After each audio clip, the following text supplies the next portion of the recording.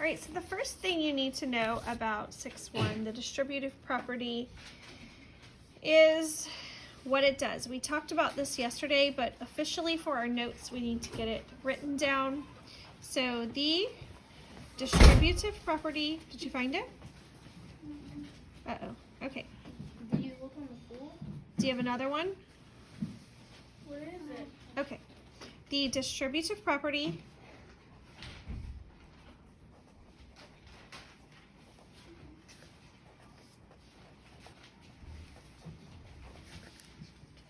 underline that, lets you break apart a larger multiplication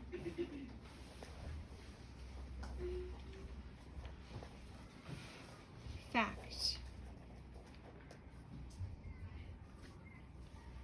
We'll stop there for a second. I'll let you catch up. Break apart a larger multiplication fact into the sum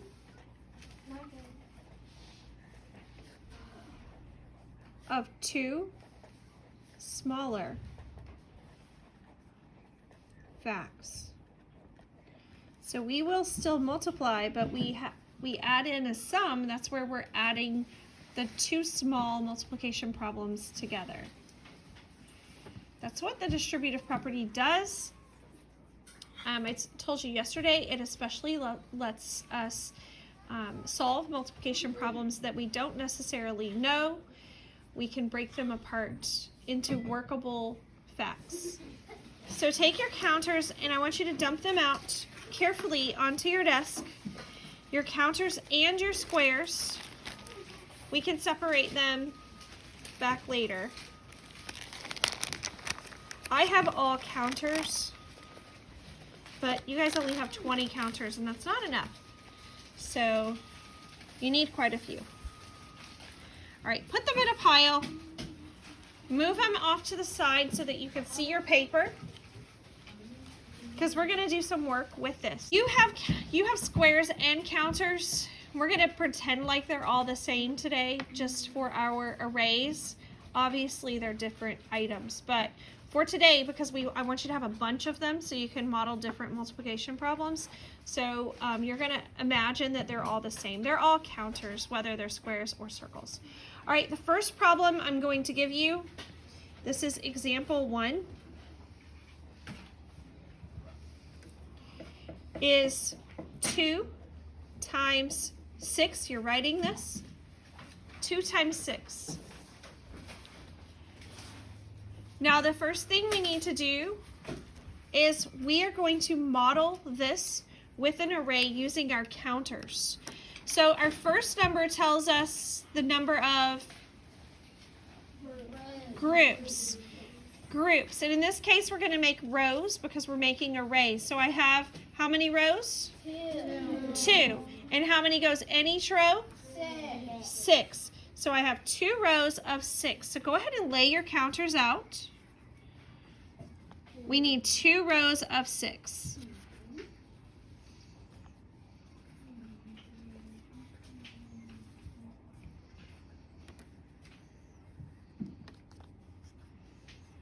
Do they have to be red or yellow? Nope. However you want to do it. Just 2 rows of 6. Do you have your 2 rows of 6? Give me a thumbs up. Not yet. Okay. Not yet. Finish arranging them, and I've shown you mine on the board up here. All right. Are we good? Okay. The next thing we're going to do is looking at your array that you have created. You're going to draw a matching array with using dots. Look up here before you start. I'm going to skip a line. I'm going to come down and I'm going to draw some bold circles. 2 rows. It's going to match. I've got 6 in each row. We're modeling on our paper what we've just created with our counters. 2 rows of 6.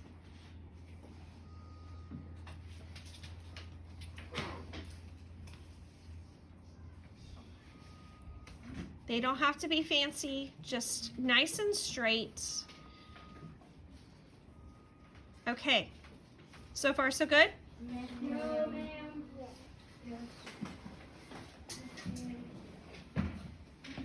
Yesterday we practiced splitting the second number, and today we're going to practice, to start with, splitting the second number.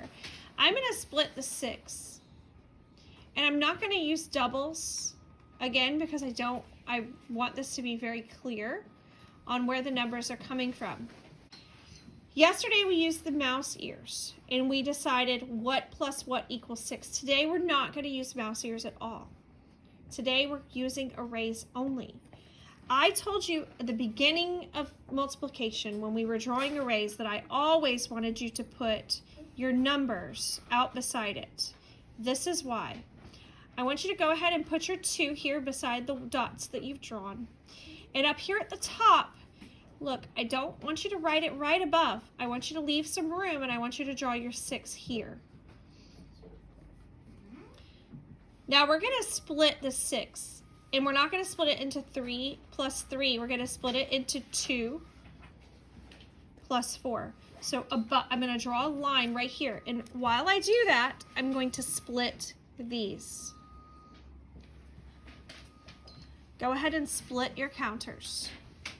Do you see how I have 4 here and 8 here, correct? Okay, so I've split. I still have 2 rows and I still have 6 all together, but now I have 2 plus 4 because I've split. I have 2, if I'm looking at just my top row, 2 plus 4. Is everybody with me? Yes, ma'am. All right, now, just like yesterday, I'm going to rewrite the multiplication problem, and I'm going to write it as 2 times, and I'm just going up and over my array. 2 times, what goes in the parentheses? 2 plus 4, you got it. All right, now I have to write my next problem with the larger parentheses. Go ahead and set it up. Same as yesterday. I'm just going to pull them out. Now my first problem, and now you have an array to look at. My first problem is here. And this is what? What kind of array is this? It's a 2 by 2. 2 by 2. 2 times 2 array. So 2 times 2 goes in that first parentheses, and we're going to add that to this array, and this array is 2 times 4. All right, are we ready to solve? 2 times 2 is 4, plus 2 times 4 is 8, so 4 plus 8 is 12. So 2 times 6 equals 12. Okay, are there any questions so far on the arrays? Okay, let's make another array. This time, example 2, I want you to make me a 4 by 5 array using your counters. Make a 4 by 5, and I'm going to come around and look. All right, so for this 4 by 5 array that you have created, we're going to split the 5 into 2 addends. What plus what gives us 5? There's one thing, 2 things. I found these on the ground, and also I only have 19 counters. 5 plus 2. I mean, not 5 plus 2. 3 plus 2. Mackenzie. 3 plus 2. Okay, so we're going to split it 3 plus 2. That means I'm going to have to count over 3, 1, 2, 3, and I'm going to have to split it here. So go ahead, carefully split your array apart. Now we have 2 smaller arrays. Do you agree? We didn't change the first number, did we? We still have 4 rows, right? So now we have 4 times 3 plus 2. Go ahead and write your new equation. 4 times 3 plus 2. You might have to move them over to your desk. I'm kind of having the same problem. So now we have 4 times 3 plus 2, and we are getting ready for our second parentheses problem. We didn't change that first number. So I told you guys yesterday you can plug that first number in if you want, because that's not the number we changed. If it helps you to go ahead and move that 4 over to the parentheses, that would be fine. But we're going to look at each array, and this one is a 4 by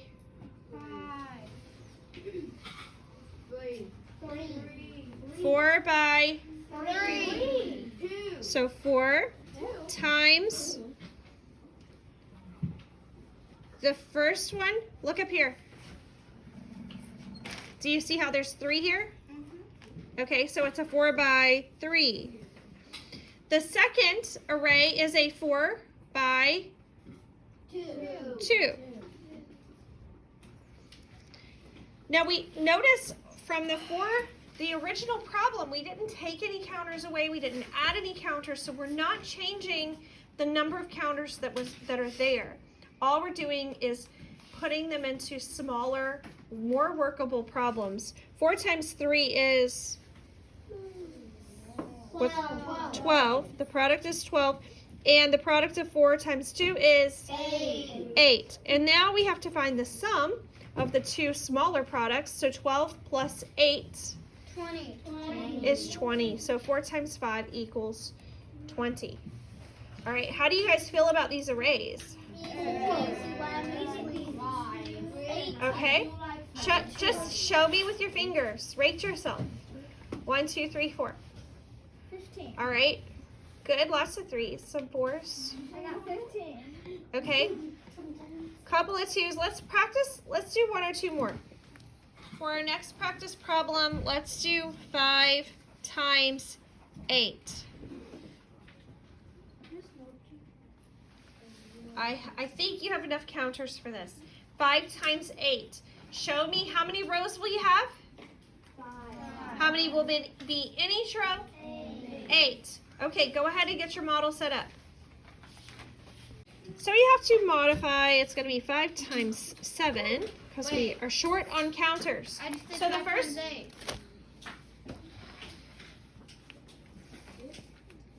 Not everybody had enough counters to do 5 times 8, so we changed it to 5 times 7. I need you listening.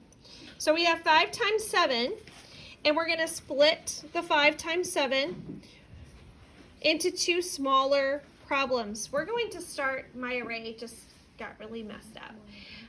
But we're going to split the 7 into 5 plus 2.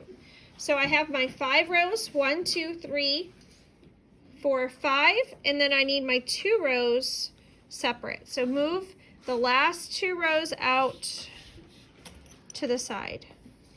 Did I lose the counter? There it went. All right, so now you should have a 5 by 2 and a 5 by 5. Because what we've just done is we have split the 7 into 5 plus 2. Wait, I got messed up on my array because I have. So we have 5 times, and then the 7 is 5 plus 2. 2 rows off. Now we're going to start with a 5 by 5. This will be example 4 in your notebook.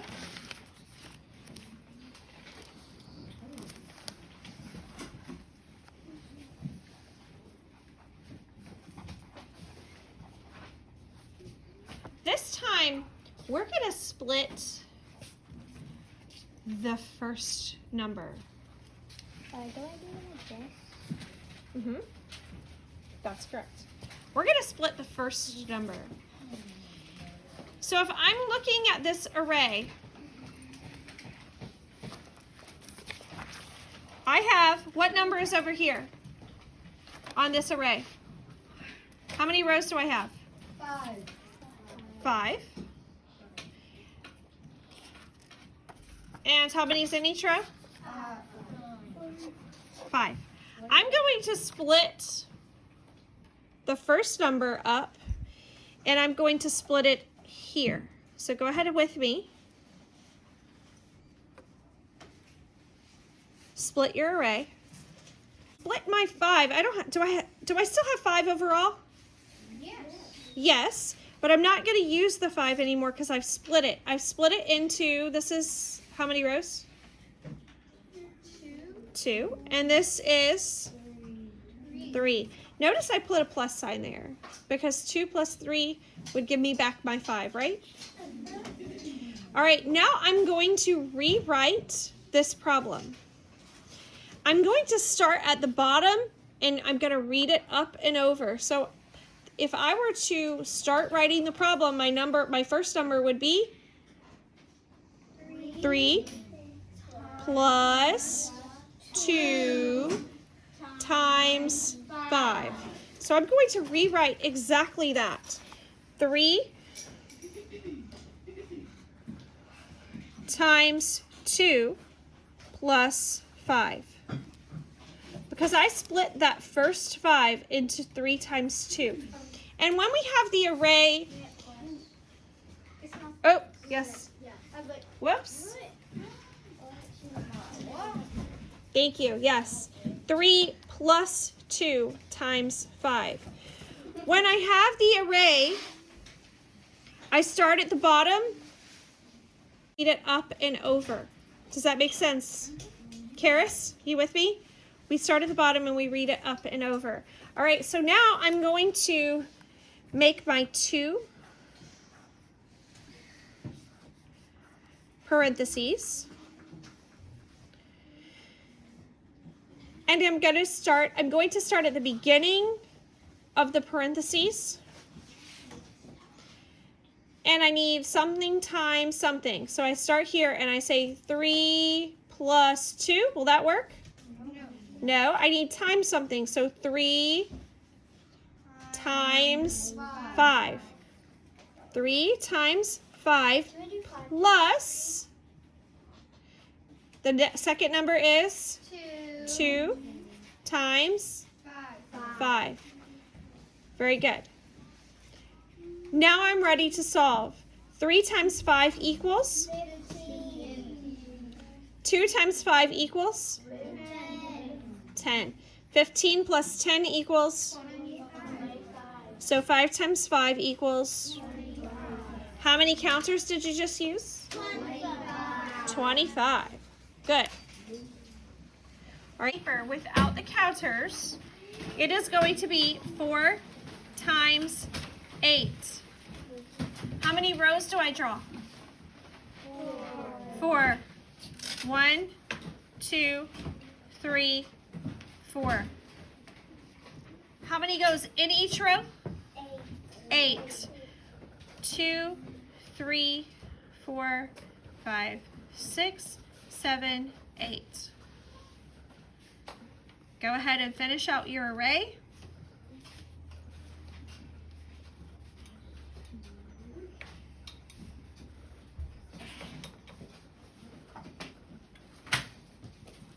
So let's split the 8, and we're not going to split it 4 plus 4 because that makes doubles. So we have 4 times, we did have 8, but let's split it at 5 and 3. A plus sign goes there where we're splitting it, and here we have 5, and over here we have 3, and our 8 is gone. Okay, so we're going to read this array up and over to make my new problem. It is 4 times, parentheses. It used to be the 8, 5 plus 3. This is a lot like the mouse method. We just have an array to look at this time. So we're reading it up and over. 4 times 5 plus 3. Now we need our larger parentheses, a plus in between them, a multiplication sign inside. Now, imagine you do not have the problem that I just wrote out and you're just looking at the array. You can read it here. 4 times 5 plus 4 times 3. We have this problem, but this is the same thing. We're saying we have a 4 by 5, and then we've already done this when we have a 4 plus 4 times 3. 4 times 5 plus 4 times 3. I think it's a little easier to do it without the counters in the way. I know the counters are fun and they help us see how we're splitting, but it's a little easier when they're not all in the way. How are we doing? Good. Okay. Let's do one more where we split the first number and then we'll be done for the day. Number 6. 3 times 9. Draw 3 rows with 9 in each row. 5, 6.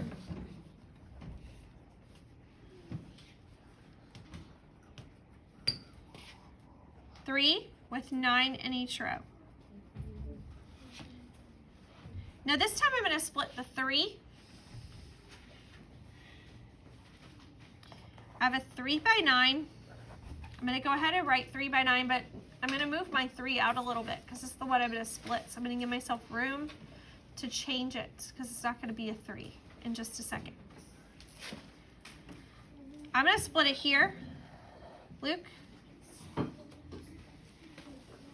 So now I have 2 plus 1.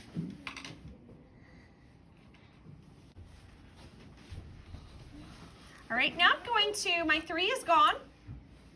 What's the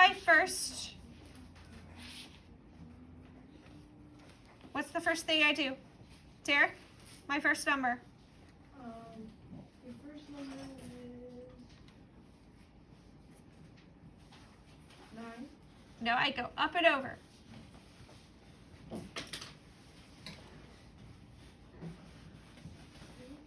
Two plus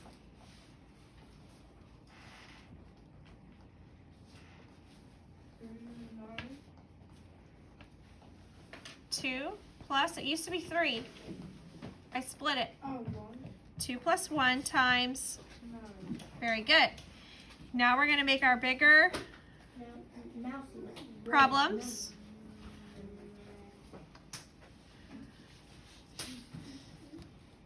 Okay, Karis, what goes in these parentheses?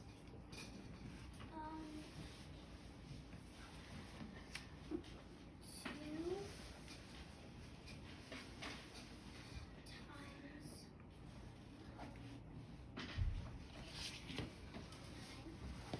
plus